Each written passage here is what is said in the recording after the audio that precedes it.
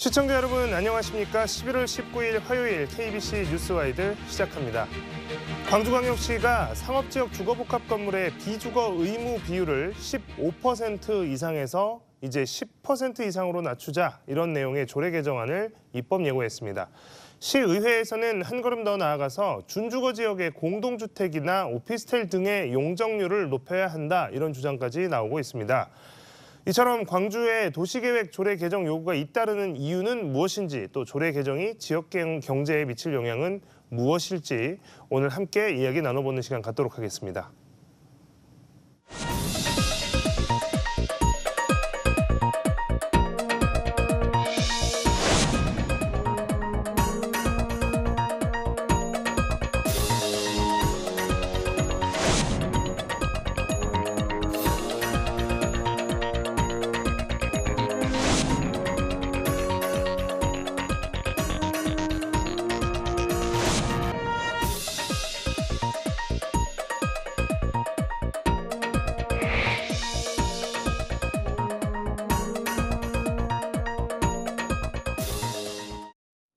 네, 광주광역시 의회 심철희 의원 그리고 박홍근 건축사 두 분 모셨습니다. 두 분 안녕하십니까? 네, 안녕하세요. 안녕하십니까? 자, 의원님 먼저 좀 궁금한 것들 복잡한 내용일 수도 있는데 자, 먼저 광주시가 입법 예고했다고 제가 좀 전에 말씀드렸습니다만 네네. 도시계획 조례안 어떻게 바꾸자라는 것이 광주시의 입장인지 좀 간략하게 설명 부탁드리겠습니다. 2019년도입니다. 법과 시행령이 허용하는 범위보다 광주시가 과도한 제한을 했죠. 그 상가 비율을 건물을 지을 때 상가 비율을 10%만 지으면 됐는데 광주시는 15%를 의무적으로 짓게 했습니다. 하지만 이제 이게 상가 활성화에 대한 대책인가 문제점이 발생해서 이번에 15%를 10%로 하향 조정하게 된 조례입니다. 네. 자, 그리고 광주시 조례 개정안의 내용은 방금 이제 말씀을 해주셨고, 그리고 이제 시의회에서도 의원님께서 바로 이 도시계획 조례 완화를 더 확대하자 이런 내용을 또 추가로 개정안을 말씀을 해주셨습니다. 네. 그 내용도 함께 설명해 주시죠. 상가 비율만 조정하면 되느냐? 저는 이건 아니라고 생각하거든요. 건물을 지을 때 용적률을 법과 시행령이 정한 600%, 500%, 400% 이렇게 중심상업, 근린상업, 일반상업적 나눠져 있는데요. 이것을 일괄적으로 400%를 제한을 해놨습니다. 그렇기 때문에 과거에는 이게 어느 정도 수익성이 보장이 되니까 그 건물도 짓고 했지만 지금은 자재값이 오르고 인건비가 올라서 더 이상 이 광주시에 누군가가 건물을 지으려 하지 않는 행태가 지금 이어지고 있기 때문에 이 조례가 필요하다고 생각했습니다. 네. 자, 그러니까 광주시 의회에서는 그 건물의 상가 의무 비율을 낮추자라는 내용의 조례 개정안을 제출한 것이고 또 의원님께서는 용적률을 법적으로 정해져 있는 정도로 다시 환원하자, 확대하자 이런 말씀을 해주신 겁니다. 네. 자, 광주시와 의원님 상업지역 또 주거 복합 건물의 비주거 의무 비율을 낮춰야 한다. 여기는 이제 의견이 좀 같은 것 같고요. 2019년 이야기를 해주셨습니다만 이 2019년 또 2021년에 상업지역 주거복합 건물의 비주거 의무 비율을 높였던 이유가 있을 겁니다. 그런데 다시 비주거 의무 비율을 낮춰야 한다면 또 그럴 만한 사정이 있어야 할 겁니다. 좀 전에 이제 그 건물을 지으려는 사람이 없다는 말씀을 해주셨지만 이 부분을 좀 더 자세하게 설명해 주시면 좋을 것 같습니다. 이제 상가를 15%로 의무적으로 확대한 건 저 법의 취지는 상업지역을 더 활성화하자 이런 취지였는데 2019년도 이후에 4년이 지난 지금 제가 역으로 물어보고 싶습니다. 과연 이 15%를 상향해서 상가를 많이 지었더니 상가가 활성화됐느냐? 지금 그렇지 않습니다. 지금 그 중심 상업지역이나 일반 상업지역 가면 2층 같은 데는 그 임대가 거의 많이 나와 있는 상태고 1층도 지금 비어있는 공실이 굉장히 많습니다. 그래서 이렇게 그 조례 개정 이후에 문제점이 발생한 것은 이제는 뭔가 변화가 가져와야 될 시점이 오지 않았나 이런 생각을 해봅니다.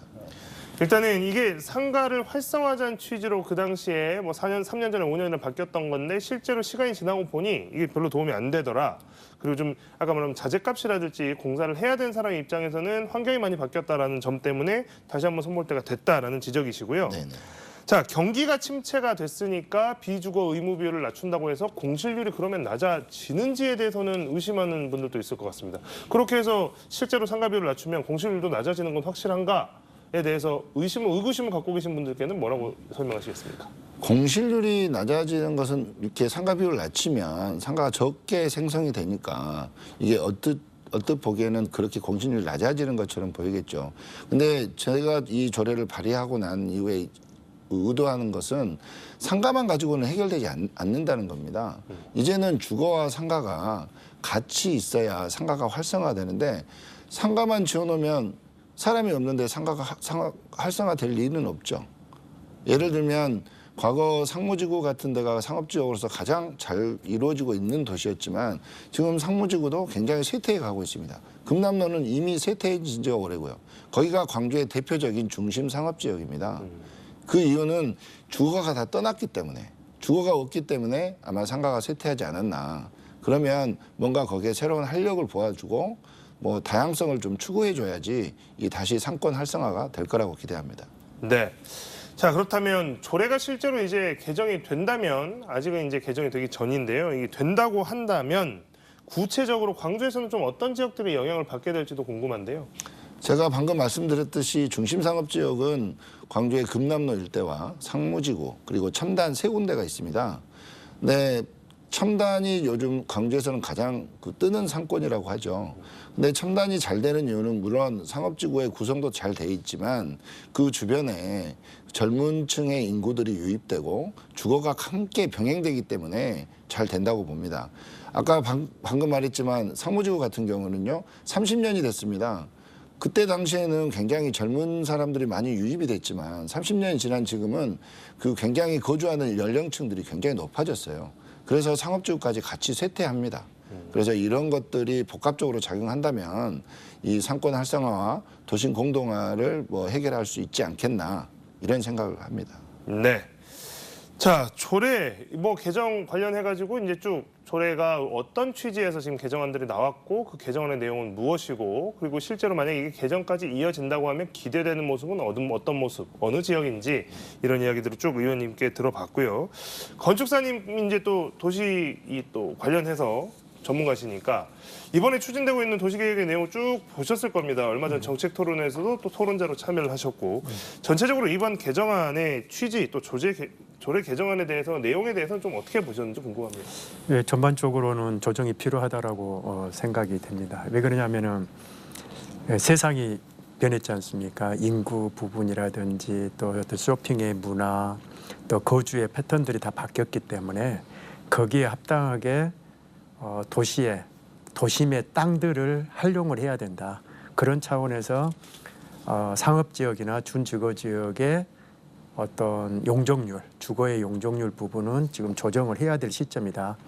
그리고 이게 도시가 만들어지는 것은 행정만이 만들어지는 것이 아니라 시행사들이 와서 이익을 추구할 수 있는 그런 여지들이 보장이 되지 않으면은 이게 개발이 안 됩니다. 그래서 적정 이익을 보장해 주면서 도시를 만들 수 있는 그런 조치는 조례라든지 어떤 규정들이기 때문에 그 규정들을 시대에 맞춰서 조정을 하면서 또 경제성뿐만 아니라 도시의 미래 비전까지도 그 전체적인 틀에서 조례가 개정돼야 된다. 그리고 지금 시점은 강주가 많이 타 지역에 비해서도 강화되어 있는 부분이기 때문에 조정을 좀 해야 될 시점이라고 볼 수 있습니다. 네, 저희가 아직 구체적인 어떤 방식이나 이런 이야기들을 한 것은 아니지만 일단은 나오신 오늘 두 분께서 공통적으로 지적하신 부분은 두 가지 정도가 있는 것 같습니다. 하나는 지난 조례 개정 이후에 시간이 어느 정도 많이 흘렀는데 그 사이에 어떤 도시의 상황이라고 하는 것들이 좀 많이 바뀌었다. 그래서 이런 점을 감안해야 된다는 점 하나를 지적을 해주셨고 또 하나는 지금의 관련된 규제들이 광주시가 법률이나 법적인 기준보다 훨씬 더 강화되어 있는 상태이다. 그러니까 좀 규제가 좀 더 강한 상태이니 이것을 좀 완화할 필요는 있다라는 점 두 가지에 대해서는 두 분이 이제 동의를 같이 해주셨고요.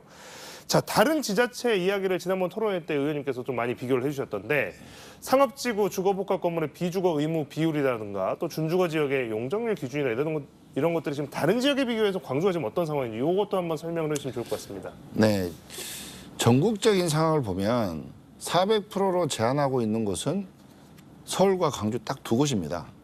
나머지 지역은 굉장히 지금 융통성 있게 이 용적률 제한을 해제해주고 있는데요.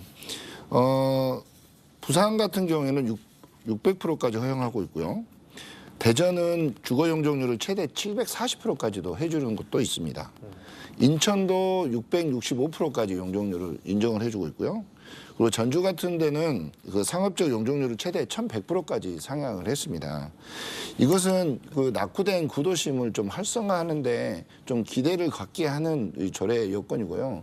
이런 조건 하에서 상업과 주거가 병행해서 이러한 복합적인 개발을 좀 해야 되지 않을까. 타 시도는 이렇게 열심히 하고 있는데 광주는 언제까지 이렇게 이 제한에 맡겨서 그 투자도 이루어지지 않고 이런 상황입니다. 예를 들면 제 몸이 라지인데요. 옷을 엑스라지를 입어야 제가 살도 찌우고 몸도 커질 텐데 항상 옷을 작게 입고 있으면 그 더 도시가 커질 수 있는 역량이 없는 거죠. 그래서 이런 조례 개정을 통해서 광주가 지금 미래차 미래차도 하고 AI 집적단지도 하고 어떤 그 큰 꿈을 가지고 있으면 이걸 제대로 했을 때 도시가 확장되고 성장할 때를 대비해야 된다고 생각합니다. 네. 그런데 이제 이게 용적률을 많이 높이게 되면 결국에 이제 많이 높일 수 없는 이유가 이렇게 용적률을 함부로 높이다 보면 결국에는 개발하는 사람, 디벨로퍼의 이익만 너무 많이 챙겨주는 거 아니냐라는 특혜 시비가 걸리기 쉽기 때문에 용적률을 엄격히 또 법적으로도 제한을 하고 있는 것으로 알고 있는데요. 타시도의 사례들 보면 용적률을 높게 해서 건물을 짓더라도 공공기부라든지 기부 채납이라든지 좀 이런 방식으로 환원하는 방식들도 좀 있는 것 같더라고요. 맞습니다. 그 공공기회를 받아서 뭐 주거 취약자들이나 신혼부부나 이런 데 혜택을 많이 줄 수도 있고요. 광주 같은 경우에는 굉장히 타이트하기 때문에 어떤 그 주거에 있어서 그 주민 편의 시설이나 이런 것들을 지금 할 수가 없는 상태입니다. 과거에는 이 조례 초창기에는 400% 제한을 했어도 어느 정도 사업에 수익을 낼 수 있었어요.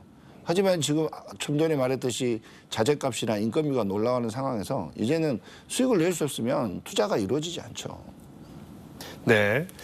자, 이 부분은 이제 어쨌든 계속해서 방금 뭐 말씀드렸던 이제 타 지역 같은 경우에도 공공기여라든지 기부 채납 같은 걸로 개발하는 개발자의 어떤 이익 중에 일부분을 사회로 환원하는 이런 기준들을 용적률만 높여주는 것이 아니고 이제 이런 기준도 같이 가져갔을 때 좀 개발사의 이익을 몰아준다라고 하는 비판을 좀 피할 수 있을 것 같고요.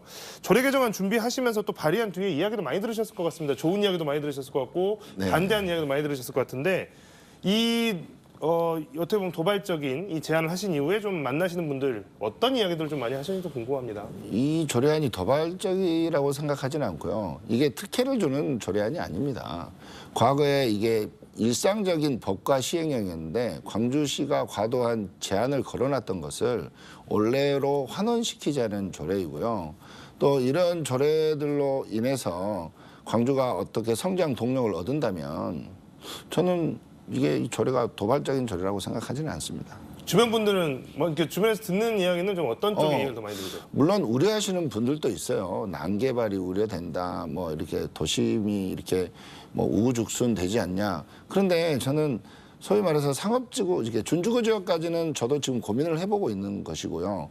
적어도 상업지역만큼은 저는 스카이라인을 어디다 만듭니까? 결국은 상업지구에 스카이라인을 만들어야 되는데 이 상업지역마저도 저희가 지금 제한을 하고 있으니 이 상업지역이 어떻게 한번 지어지면 이건 다시 스카이라인을 만들 수 없거든요. 이런 도시의 미래의 청사진을 보더라도 상업지구에 대해서는 어느 정도 규제가 해제돼야 한다. 저는 이렇게 판단하고 있습니다. 네, 저희가 이제 오늘 두 분 모셨습니다만 이 두 분은 제가 모두에도 말씀드렸듯이 시의회에서 지난주에 열렸던 정책 토론회에서도 이 주제를 갖고 이제 많은 이야기들이 나왔고 또 토론에 참여하셨던 두 분인데요. 이 조례 개정 관련해서 이 열렸던 정책 토론회에서 다양한 의견들도 나왔습니다. 이게 뭐 단순히 찬반이 아니라 여러 가지 의견들이 좀 나왔다. 이렇게 좀 볼 수 있을 것 같은데 광주의 주택 보급률이 높은 상황에서 상업지역의 주거복합 건물의 비주거 의무 비율을 낮추고 또 준주거지역의 공동주택, 주거복합 건물, 오피스텔 이렇게 용적률을 높이게 되면 아파트 과잉 공급 또 난개발 우려된다라는 의견도 당시 토론에서 좀 나왔었죠. 방금 의원님이 뭐 말씀을 해주셨습니다만 그 부분과 관련해서 또 건축사님은 어떤 시선으로 보고 계신지 궁금합니다. 그게 풀린다고 해가지고 난개발로 간다는 것은 좀 이해가 안 되는 저는 주장이라고 생각을 합니다. 왜 그러냐면은 주택 보급률이 높다고는 하지만 거기에는 뭐 원룸을 포함해서 열악한 부분까지도 다 포함이 되어 있는 거죠. 그리고 인구 수는 줄어들지만은 가구 수는 앞으로 2030년까지는 늘어나는 상황입니다. 그렇기 때문에 일정 부분의 주택은 계속 필요하게 되고 지금부터 지어지는 주택은 장수명 주택이어야 된다. 예를 들어 3, 40년 쓰고 새로 재건축을 하는 개념이 아니라 100년을 갈 수 있는 그런 주택으로 지어지려고 하면은 그런 위치는 상업지역밖에 없다. 그렇기 때문에 상업지역에 지어지는 건물은 주택의 유형이 다양한 형태로 접근을 해야 되고 거기에 사람이 많이 살게 되면은 도심의 활성화에도 영향이 있게 되고 또 인센티브를 주는 것도 주거의 면적을 늘려주는 것도 인센티브지만은 상업시설의 용도를 상가만이 아니라 어떤 공공시설, 도서관이 됐든 쉼터가 됐든 돌봄센터가 됐든 전시관이 됐든 다양한 걸로 해서 야간에도 사람이 통행이 되고 불이 켜질 수 있는 그런 형태로 가게끔 조례가 개정돼야 될 시점이다라고 보는 겁니다. 네. 제가 한마디 더 보충하면 지금 광주시에서는 105%로 지금 주택보급률이 높다고 하는데 우리 건축사님 말씀하셨듯이 노후주택, 원룸, 오피스텔이 다 포함된 겁니다. 근데 실제적으로 광주 전체 가구의 42%가 지금 무주택 가구입니다. 그리고 그 자가 보유를 희망하는 비율은 88%예요. 아직도 집을 갖고 싶지만 집이 없는 분들이 많고요. 또 한 가지 더 말씀드리자면 1인 가구 비중이 점점 늘어난다는 겁니다. 우리 2030년을 예측을 해보면 37%가 1인 가정을 이제 구성할 거라고 생각하는데 그러면 주거 형태도 다 그 아파트만 할 게 아니라 다양한 주거 형태가 이제 필요하다는 거죠. 그런 것을 만들어내기 위해서는 어떤 새로운 사업을 할 수 있는 동기부여가 돼야 되는데 지금 광주는 그게 꽉 막혀 있다. 이런 상황이라고 말씀드릴 수 있습니다. 두 분이 이제 함께 지적해 주신 부분 중에 하나는 이제 광주의 주택 보급률이 높다고 하지만 여기에 이제 과연 그 주택의 질이라고 하는 것들은 지금 여기에 이제 단순한 수치에서 표현될 수 없는 것들. 그래서 오피스텔이라든지 원룸이라든지 이런 주택의 형태가 많다고 하셨고 이제 또 하나는 인구가 줄어드는 것과 상관없이 가구 수는 늘어난다라고 하는 것. 특히 이제 1인 가구, 그러니까 다인 가구, 그러니까 여러 명이 함께 모여서 가정을 이루고 한 가구에 사는 것이 아니고 1인 가구 같이 소규모 가구가 늘어나기 때문에 한동안은 가구 수 자체가 늘어날 것이다라고 하는 전망에 대해서 두 분 같이 해주셨고요. 특히 건축사님이 하셨던 말씀 중에 그 상업 공간에 대한 활용의 아이디어의 폭을 좀 넓혀야 된다. 그리고 그래서 뭐 아까 이제 단적으로 뭐 직관적으로 표현해 주셨지만 밤에도 불이 켜져 있는 그런 상업 공간이라는 표현을 해주셨는데 뭐 이 부분도 좀 참신한 의견인 것 같습니다. 자, 주상복합 시설의 비주거 의무 비율을 낮추게 되면 주거가 늘어나서 상업 지역의 특성이나 기능이 약해질 수 있다라는 지적도 지난 정책 토론에 나왔던 것으로 기억을 합니다. 그러니까 뭐 예를 들어서 주상복합 건물 같은 경우에 15%는 상가 건물로 무조건 하기로 되는데 그걸 10%로 내린다라고 한다면 실제로는 이거는 상업의 특성을 고려했기 때문에 지을 수 있게 해준 건데 그런 상업시설이 좀 흐릿해지는 거 아니냐 이런 지적도 지난번에 나왔는데요. 여기에 대해서는 의원님 어떻게 생각하십니까? 제가 서론에 말씀드렸듯이 그러면 15%를 했을 때 과연 상권이 활성화됐느냐 이걸 다시 되묻고 싶고요. 요즘에는 과거에는 금남로, 충장로 이렇게 상업지구가 구성돼 있고 주거는 외곽에 있으면서 상업시설을 즐기러 모이는 그 구도였으면 현재 우리 현대인들의 생활 패턴은 집 근처에 있는 상업지구를 활용하는 경우가 굉장히 많습니다. 또 그런 게 요즘의 패턴이고 MZ세대들의 또 이렇게 유행이고 해서 이제는 상업지구를 그렇게 과도하게 주거와 분리시켜야 될 이유는 없다. 그렇고 이렇게 한번 뭉쳐놓고 하면 더 시너지가 있을 것이다. 이런 판단을 해봅니다. 이 부분에 대해서 이제 건축사님께서도 좀 생각이 있으실 텐데요. 이게 상업 지역에 들어서는 아파트하고 주거 지역에 들어서는 아파트하고는 구조 자체가 달라야 됩니다. 그리고 쓰임새도 달라야 되고 그런데 상업 지역에 지금까지 들어섰던 아파트들은 다 벽식 아파트로 40년 전의 아파트하고 똑같이 지어지는 거죠. 그래서 저는 조례 개정을 하면서 용적률은 당연히 높여줘야 된다. 그런데 거기에 들어서는 주택은 아까 100년을 갈 수 있는 주택이 되게끔 그렇게 설계를 했을 때 또한 아까 상가 부분이라고 했는데 거기에는 분양하는 상가만이 아니고 아까 공공 편의 시설이 들어가야지 상업 시설의 기능도 역할을 하면서 그 다음에 사람이 삶으로 인해서 그 도심이 활성화되는 거지. 그냥 뭐 주거 비율 낮추고 아파트 늘려서 된다는 개념이 아니죠. 이게 종합적으로 움직일 수 있는 그 조례를 개정을 해야 되는 거죠. 네. 자, 주상복합시설, 비주거시설에 들어설 수 있는 게 상가만이 아닌데 현재는 이제 편의점이나 카페 같은 소규모 상가로만 사용되는 게 대부분이다 이런 지적도 나왔습니다. 비주거시설이 그러면 다양한 용도로 사용이 되게 하려면 방금 이제 말씀하셨던 그런 어떤 공공성을 띈 그런 공간으로 꾸미는 것까지 포함이 되고 이제 이런 식으로 좀 다양해지려면 이제 이런 것들 좀 어떤 논의들이 좀 사회적으로 돼야 될까요, 건축사님? 그러니까 어떤 기업의 이익을 다 어떤 그 시행사가 가져가는 것이 아니라 그 이익을 가지려고 하면은 그 아파트의 용적률이 좀 올라가야 되거든요. 그러면 올라가는 것 중에서 일정 비율을 공공기여로 환원하는 거죠. 그게 비주거 시설에서 공공으로 갈 수 있는 걸로, 특히 또 도로변에서 접근하기 쉬운 곳에 공공이 쓸 수 있는 것이 되면은 공짜로 이용할 수 있는 공간도 늘어나고 아까 야간에도 불이 켜지고 누구나 도심에서 활용할 수 있는 공간이 늘어나는 거죠. 그리고 거기에 들어서는 주택은 장수면 주택이 돼서 선순환의 도시의 개발이 되는 거지 완화돼 가지고 난개발이 되는 것은 아니다. 그래서 조례를 어떻게 개정을 하고 어떻게 운영을 하고 관리하느냐의 문제지 그걸 늘렸다고 해서 문제되는 것은 아니다라고 말씀을 드리는 거죠. 지금 있는 조례를 개정하면서 뭔가 규제를 완화한다고 해서 완화하는 것이 곧바로 난개발로이라는 결론으로 이어지는 것은 아니다. 어쨌든 정해져 있는 조례를 어떻게 활용을 하는지에 대한 논의들을 사회가 어떻게 하는 지역사회가 어떻게 하느냐에 따라서 그 결과가 달라질 수 있다 이렇게 말씀을 해주셨습니다. 좀 시사하는 부분이 좀 많은 것 같습니다.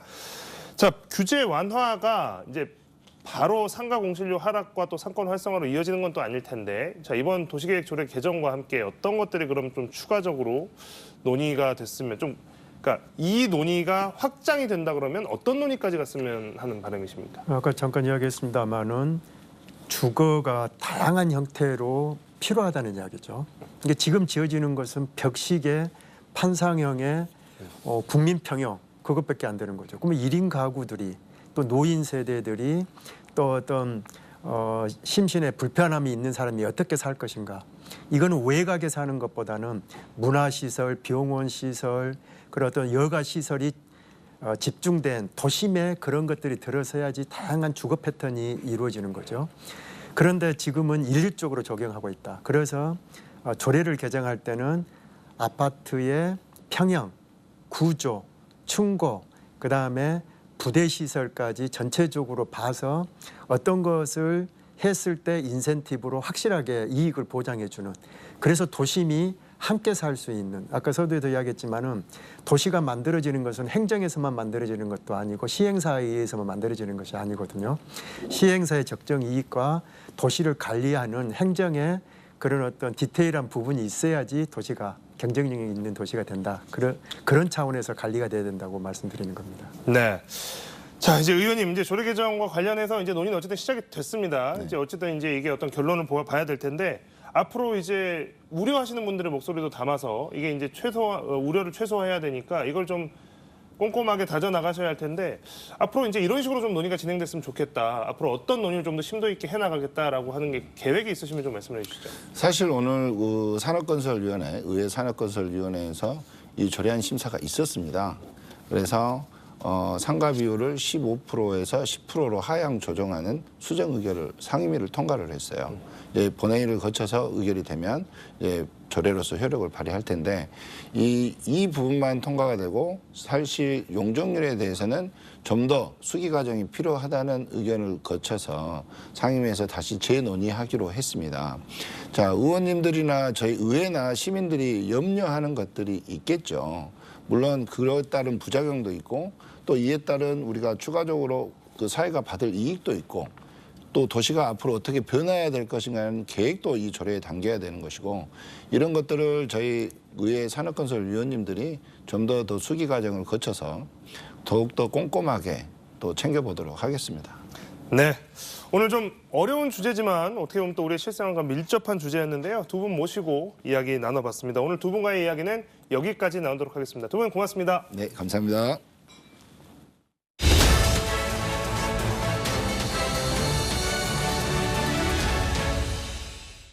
서울광역방송센터입니다. 이재명 대표 피선거권 박탈형 선고와 한동훈 국민의힘 대표 가족 이름으로 여당 홈페이지 익명 게시판에 무더기로 올라온 윤석열 대통령 김건희 여사 비방글의 진위.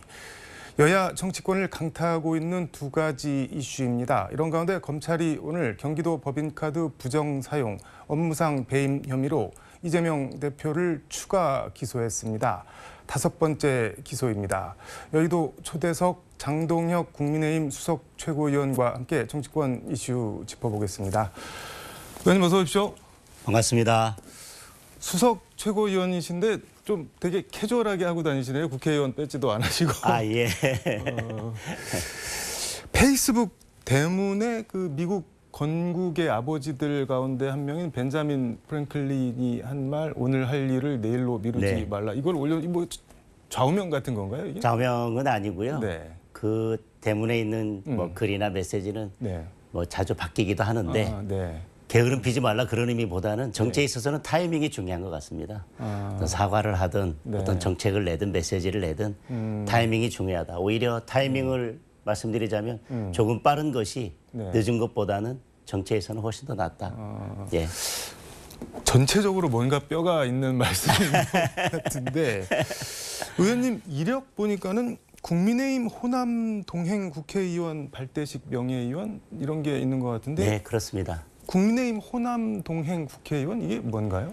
국민의힘은 호남에서 국회의원을 내고 있지 못하지 않습니까? 네. 다 잘 아시겠지만 그런데 국민의힘에서도 네. 또 호남 지역을 위해서 예산도 챙겨야 되고 또 호남과 함께 네. 뭔가 바꿔가야 될 일들이 많이 있습니다. 그래서 국민의힘 의원들 중에서 호남 지역을 하나씩 맡아서 호남 지역과 함께 하고 또 호남 지역을 돕겠다는 의미에서 네. 호남 동행 의원들이 있습니다.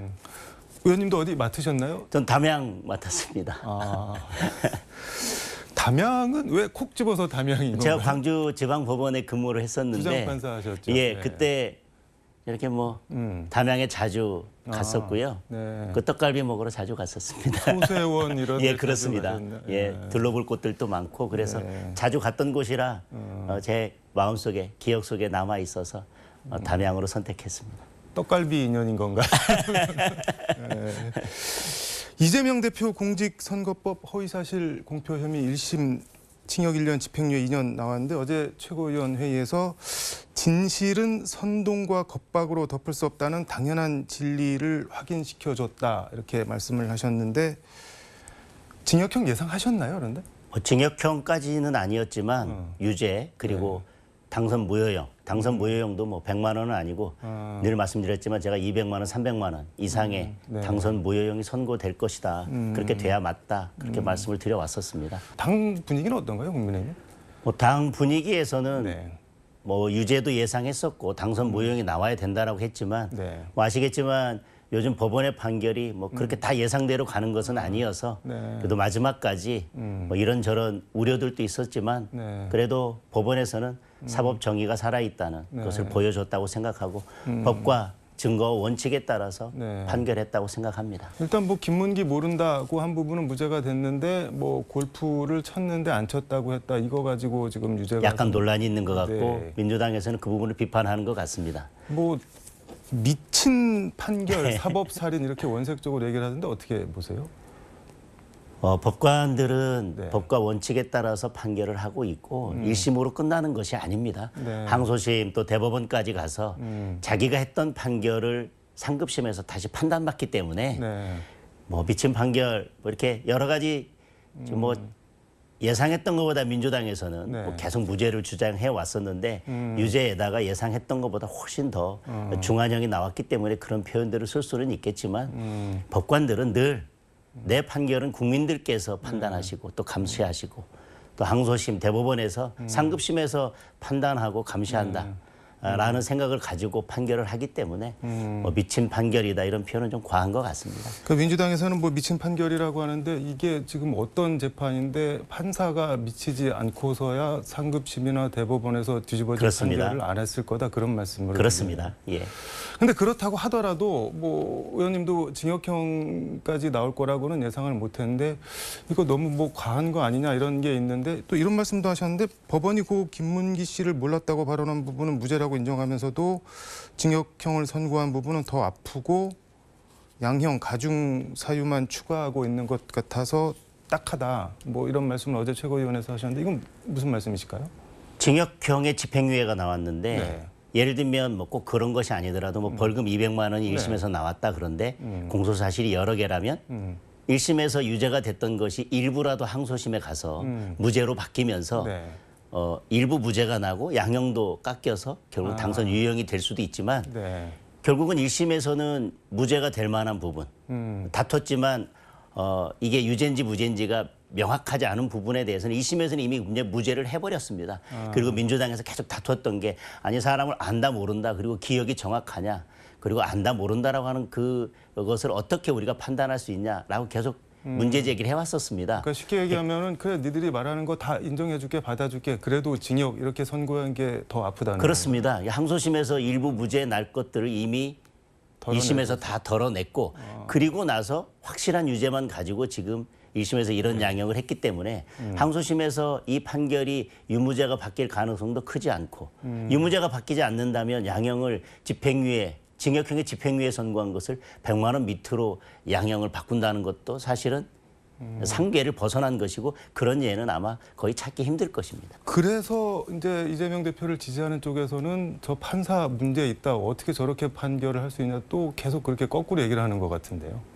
결국은 뭐 판결이 마음에 들지 않으면 그동안 우리는 늘 판사를 공격해왔고 판사의 성향을 공격해왔고 네. 그 판사가 뭐 어느 연구의 출신이냐 뭐 이런 것들을 계속 문제 삼아 왔었지만 오히려 지금 1심 판사의 여러 어떤 연구에 가입했었냐 이런 것들을 본다면 인권법 오히려 연구에 이런 데. 오히려 이게 오히려 보수 진영에서 아니면 국민의힘에서 오히려 이게 우려할 만한 사항 아니었었냐 오히려 그렇게 생각을 했었던 부분 아닙니까? 네. 그런데 결과가 이렇게 나오니까 민주당에서 판사를 뭐 서울대 나온 게 맞냐 뭐 이런저런 원색적인 그리고 어쩌면 판사 개인에 대한 너무 인격적인 그런 비판을 하는 것은 저는 옳지 않다고 봅니다.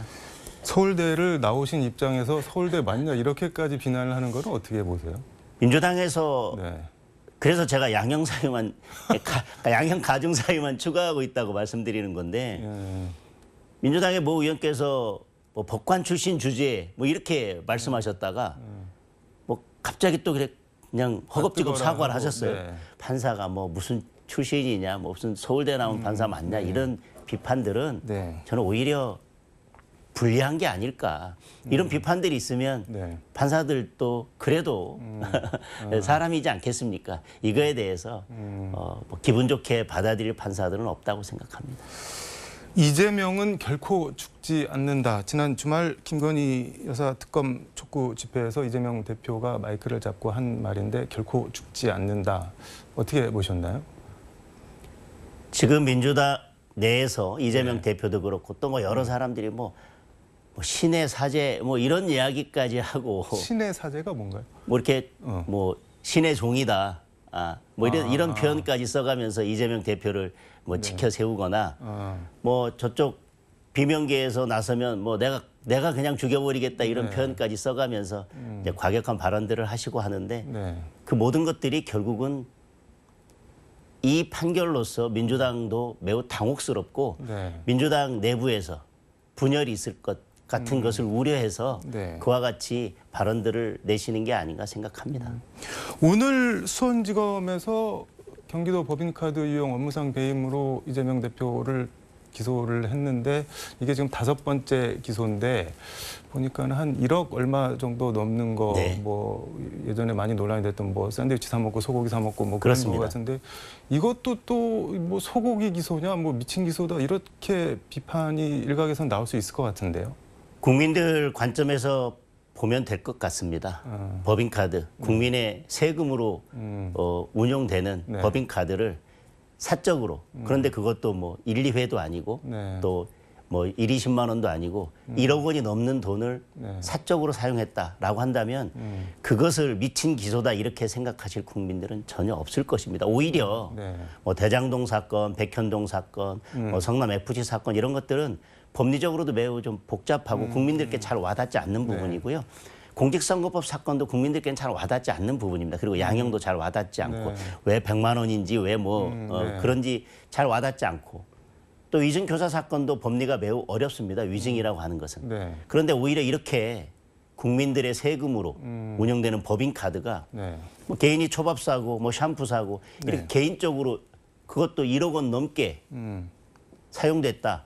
이거에 대해서 납득하실 국민들도 없고 용서해야 된다라고 네. 생각하실 국민들도 없고 이 정도는 야당의 대표니까 그냥 문제 삼지 말고 덮고 넘어가야 된다. 이런 기소를 하면 안 된다라고 생각하실 국민들도 없을 것 같습니다.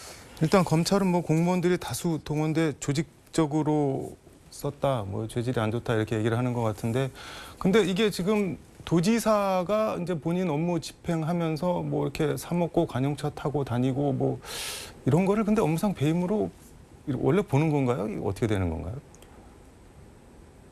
법인카드든 네. 예산, 정부나 네. 지방자치단체가 쓰는 예산은 그 목적이 네. 용도가 정해져 있습니다. 아, 그것을 그 용도에 쓰지 않는 것도 문제인데 그것을 공적으로 다른 목적에 쓰는 것도 문제가 되는데 네. 그걸 사적으로 사용했다라고 한다면 그게 배임이든 뭐 횡령이든 어떤 형태든 범죄를 구성한다고 봐야 맞을 것입니다. 업무상 배임이 액수가 1억 원 넘어가면 대부분 양형 기준이 혹시 어떻게 되는지 아시나요? 통상은 실형 선고죠. 그것도 징역형인가요? 그렇습니다. 1억 원 넘는 경우에는 네. 실형 선고가 대부분이고 그리고 그 양형도 매우 무겁게 선고가 됩니다. 그럼 검찰 공소 사실대로라면은 이것도 이재명 대표한테는 그냥 뭐 엄청 부담이겠네요. 언제 선고가 될지는 모르지만. 제가 보기에는 대장동이나 백현동 사건은 아직 결론이 나려면 시간이 많이 걸릴 예. 거고요. 공직선거법 그리고 위증교사가 이제 11월 달에 하나는 났고 곧 날 건데 저는 그것보다는 양형에 있어서 그리고 국민들께 와 닿는 네. 그런 감정으로 봤을 때는 오히려 이게 가장 무거운 죄가 될 수도 있다고 생각합니다. 근데 재판 과정에서 이거야말로 다시 또 뭐 대선 때처럼 망신 주기 시즌 2 아니냐 이런 비판이 나올 것 같은데 뭐를 사 먹었네, 뭐를 샀네, 뭐 이러면서. 모든 재판은 특별한 사정이 없으면 공개되는 예, 것이고요. 네. 그 공개를 통해서 국민들께서 판단하실 문제이고 그렇기 때문에 이게 네. 공개될 것이기 때문에 뭐 기소를 하지 말아야 된다라든지 재판을 공개하지 말아야 된다라든지 그것은 맞지 않는 것 같습니다.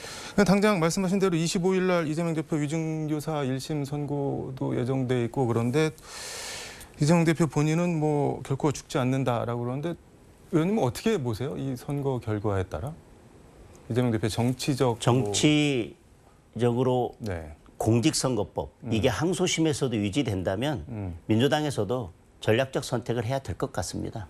손절 같은 거를 해야 된다는 건가요? 대선 전에 모든 게 확정이 된다면 모르겠지만 확정되지 않은 상태로 2심에서도 당선 무효형, 네. 뭐 위증 교사도 피선거권이 박탈되는 형을 선고받고 대선 후보가 된다고 하는 것은 매우 불안할 것이고 어쩌면 대선 직전에 대선 후보가 없는 상황도 올 수 있지 않겠습니까? 그렇다면 항소심까지도 당선 무효형, 피선거권이 박탈되는 형이 유지된다면 민주당 내부에서도 자연스럽게 전략적인 선택을 고민하지 않을 수 없다. 그렇게 봅니다. 그때가 되면 이른바 플랜 B를 선택을 안 할 수가 없게 될 거다라는 말씀인가요? 그렇습니다. 예. 그때는 뭐 아무리 결속을 하고 내부를 다진다 하더라도 그 플랜 B가 가동되는 것은 막을 수 없는 내부 현상이라고 생각합니다. 근데 뭐 일각에서는 그런 얘기도 하는데 한동훈 대표 최측근이신데 수석 최고위원이신데 한동훈 대표가 다음 대권에 도전한다고 하면 그래도 이재명 대표가 제일 민주당에서는 해볼 만한 거 아니냐, 다른 사람 나오면은 무조건 지는 거 아니냐, 뭐 이렇게 얘기하는 사람도 있는데 그런 측면에서 보면은 이재명 대표가 살아 있는 게 한동훈 대표한테 좋은 거 아닌가요? 말씀드린 것처럼 항소심까지도 피선거권 박탈되는 형이 유지됐는데 네. 이재명 대표가 대선에 나온다고 하는 쉽게 상정하기 어렵고요.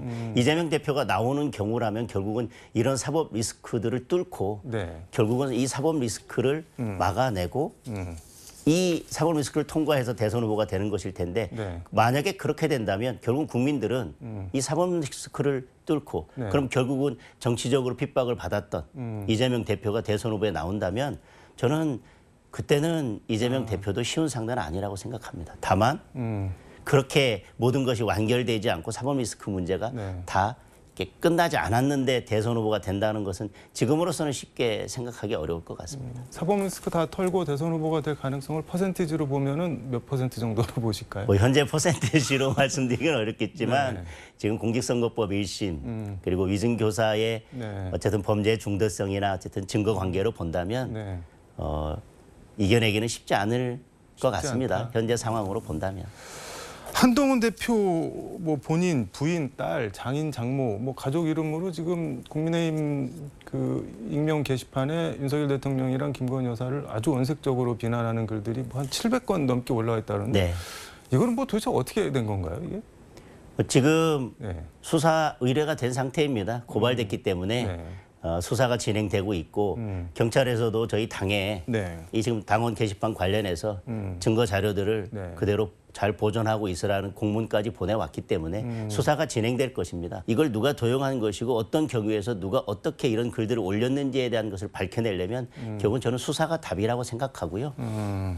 그 사실은 결국은 수사를 통해서 밝혀야만 하는 상황이기 때문에 네. 수사가 진행 중인데 또 자꾸 뭐 당무감사나 이런 말씀을 하시는 것은 오히려 당의 에너지만 낭비하는 일이라고 생각합니다. 무슨 말씀인지는 알겠는데 가령 한동훈 대표 장인 같은 분은 진영구 전 대검 공안부장 뭐 검사장 하셨고 네네.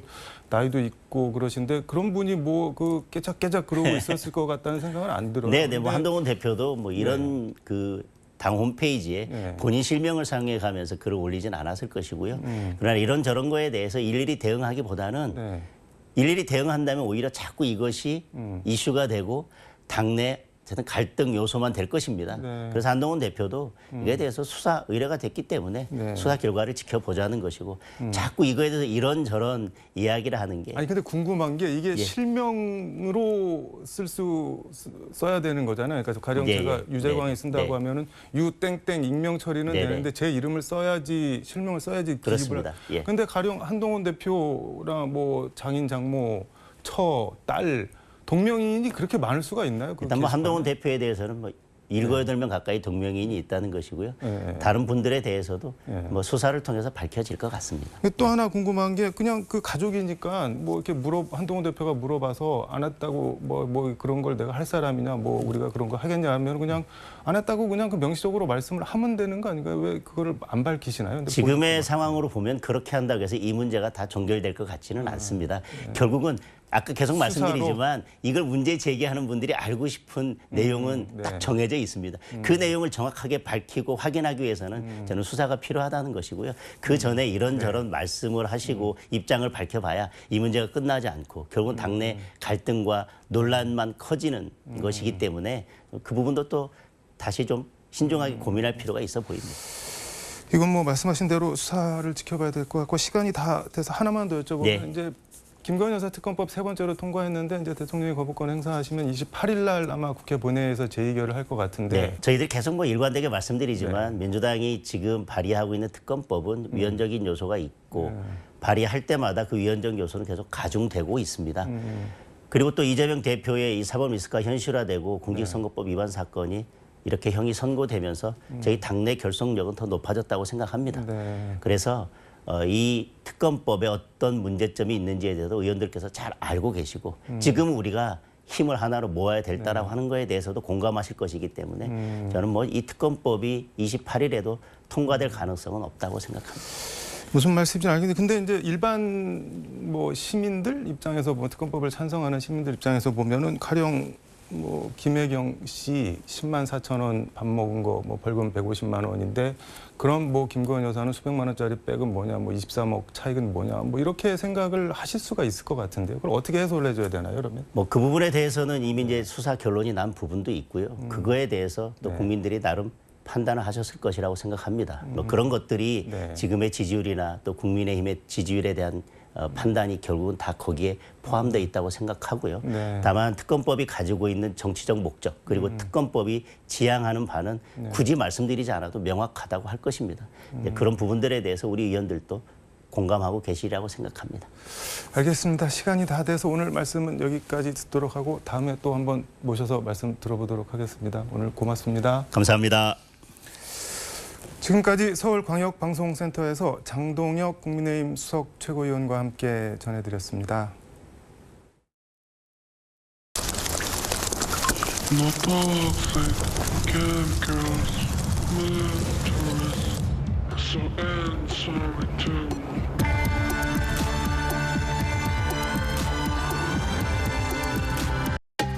금값이던 설탕을 누구나 먹기 쉽게 만들다.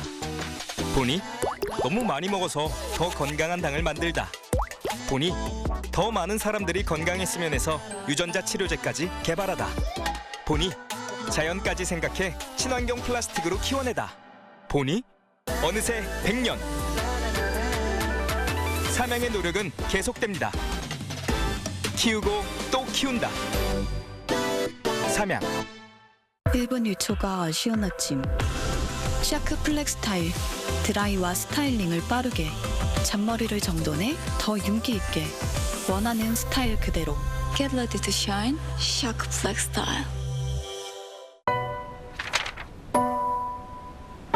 기미만 없어도 정말 달라 보이죠? 기미 그냥 두지 말고 지금 바로 치료하세요. 없어지면 정말 달라 보일 거예요. 기미 치료엔 도미나 크림.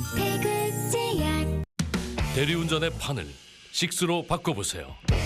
법인 등록업체로 오직 6만 누르면 되니까 여수, 순천, 광양 어디든 061-666-6666 전직원 KB손해보험 가입으로 안심하고 탁 신속하게 싹 정확하게 톡. 술 마시고 집에 갈 때 6 하나만 기억하세요. 여수, 순천, 광양 061-666-6666 식스 대리운전. 어느 겨울날 사람들 머리 위로 숫자가 보이기 시작했다. 95? 솜털의 순도를 95%까지 구스다운의 황금 비율 골든 K95 K2.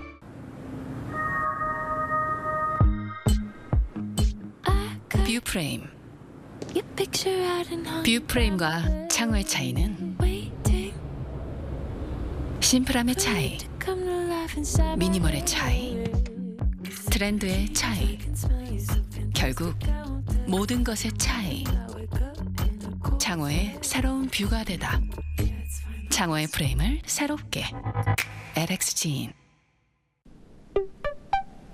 매일 입고 싶은 캐시미어를 다운과 합치면 어떨까? 구스다운이 캐시미어를 만나 다운도 코트핏으로. 캐시미어 코트다운. 아이더.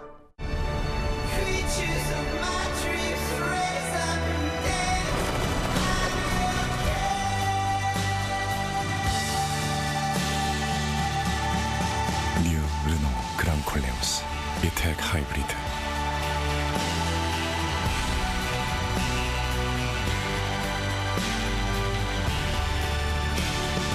르노.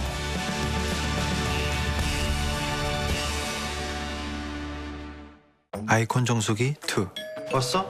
커피 한 잔 줄까? 난 230ml에 100도씨. 용량도 온도 조절도 더 섬세하게. 아, 좋다. 코웨이 아이콘 정수기 2. 코웨이. 광고 시간이 짧아 2배속으로 보여드립니다. 키워내다. 보니 어느새 100년. 삼양의 노력은 계속됩니다. 삼양. 11월 19일 화요일 KBC 뉴스와이드 오늘 순서는 여기까지입니다. 시청해주신 여러분 고맙습니다.